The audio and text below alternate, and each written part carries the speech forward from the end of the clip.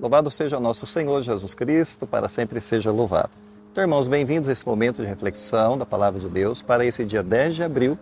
Hoje, nessa quinta-feira, vamos pedir a luz de Deus para nos ajudar a viver segundo a sua Palavra. Não esqueça de dar o seu gostei e compartilhar esse vídeo com seus amigos. Hoje o Evangelho é João 8, 51 ao 59. Vamos iniciar. Proclamação do Evangelho de nosso Senhor Jesus Cristo, segundo João, glória a vós, Senhor. Em verdade vos digo, se alguém guardar a minha palavra, jamais verá a morte. Disseram então os judeus, agora sabemos que tens um demônio. Abraão morreu e os profetas também. E tu dizes, se alguém guardar a minha palavra, jamais verá a morte. Acaso és maior do que nosso pai Abraão, que morreu, como também os profetas? Quem pretendes tu ser? Jesus respondeu, se me glorifico a mim mesmo, minha glória não vale nada. Quem me glorifica é o meu Pai, aquele que vós dizer ser o vosso Deus. No entanto, não o conheceis, mas eu o conheço, e se eu dissesse que eu não o conheço, eu seria um mentiroso como vós. Mas eu o conheço e guardo a sua palavra. Vosso pai Abraão exultou por ver o meu dia, e ele viu e alegrou-se. Os judeus disseram-lhe então, nem sequer tem 50 anos e viste Abraão. Jesus respondeu, em verdade vos digo, antes que Abraão existisse, eu sou.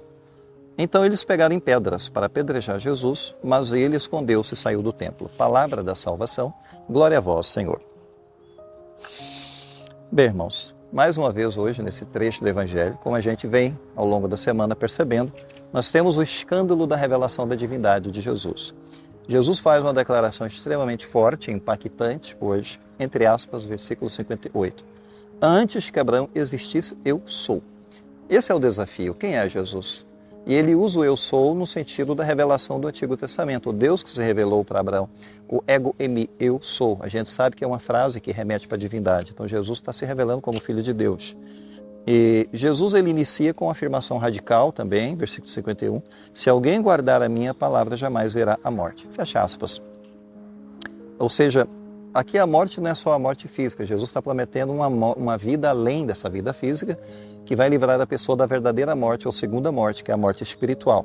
E guardar a palavra, no sentido em que Jesus está revelando aqui, não é só guardar preceitos na nossa mente e na nossa memória, mas é viver em comunhão com Cristo, né? Uma comunhão de vida, uma comunhão de amor, sendo sal da terra e luz do mundo, como ele também propõe. São Gregório, o santo, né, dos primeiros séculos, dizia que quem se une a Cristo já começa a eternidade, pois a morte não é o fim, mas passagem, entre aspas. São Gregório entendeu muito bem essas palavras que Jesus fala aos judeus. De fato, existe uma incompreensão dentro do nosso coração, porque os judeus não compreendem, é o coração que é duro, é a incapacidade, a cegueira que os leva a não entender o que Jesus está ensinando. A reação dos judeus é clara, versículo 52.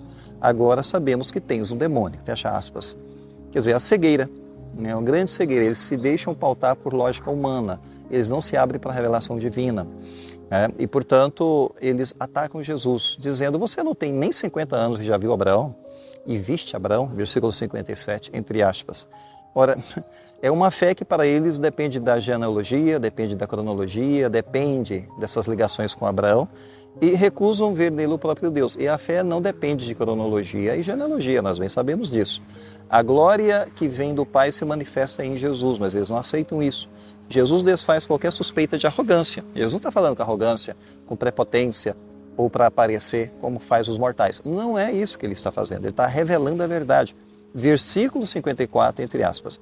Se eu me glorifico a mim mesmo, então minha glória não vale nada. Fecha aspas. Então não está se glorificando a si mesmo, não. A sua autoridade vem de Deus, que ele conhece, porque ele vem de junto de Deus, realiza obras, sinais e curas que revelam que ele vem de Deus. Está muito claro isso daí. Porém, o conhecimento de Deus só existe na relação com Cristo. Se eles não colocam-se em relação com Cristo, negam Cristo, rejeitam Cristo, então não vai ter o conhecimento do verdadeiro Deus. Portanto, os judeus dizem, eles dizem assim, Deus é o nosso Pai. Nós não precisamos de outro testemunho. Deus é o nosso Pai, entre aspas. Mas eles não conhecem a Deus, de quem eles dizem ser filhos. A verdade é dura. Não é? Depois vem essa revelação sobre o eu sou, o ego emi, versículo 56. Abraão exultou ao ver o meu dia. Porque a fé de Abraão era uma fé messiânica. Ele exultou ao ver o dia de Cristo. Era messiânica a fé dele. Então Cristo não é um sucessor de Abraão, mas existia antes dele, porque precede Abraão. Isso parece blasfêmia? Sim, aos olhos deles, porque não querem crer. Então é blasfêmia porque ele se coloca acima de Abraão e querem apedrejá-lo por causa disso. A gente sabe que a intenção deles é matar Jesus, porque essa revelação não é aceitável para os judeus. E aí vem o paradoxo da rejeição, porque essa rejeição tem um paradoxo em si mesma, né? A cena termina Jesus saindo do templo. Ele teve que sair, porque ele foi rejeitado, senão eles iam matá-lo lá dentro do templo. Embora que de fato na prática isso não ia acontecer, porque não tinha chegado ainda a sua hora, mas enfim, o que eles tentam é eliminar Jesus. Mas veja bem, Jesus sai do templo, o mesmo templo que simboliza a presença de Deus, testemunha agora a rejeição do Filho de Deus. Quer dizer, simboliza uma coisa, mas na prática é outra coisa.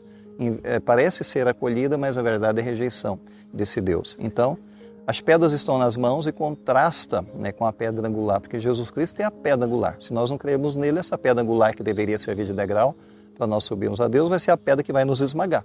Isso é um paradoxo também.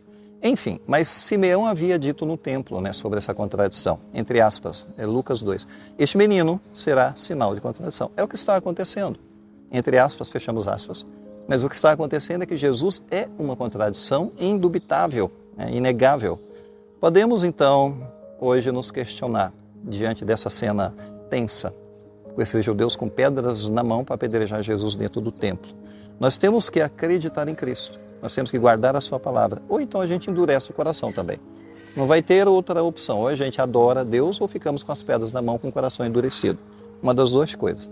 E outra coisa, enxergar além das aparências, porque Abraão viu, e ele viveu séculos antes. Jesus está diante deles, eles não enxergam.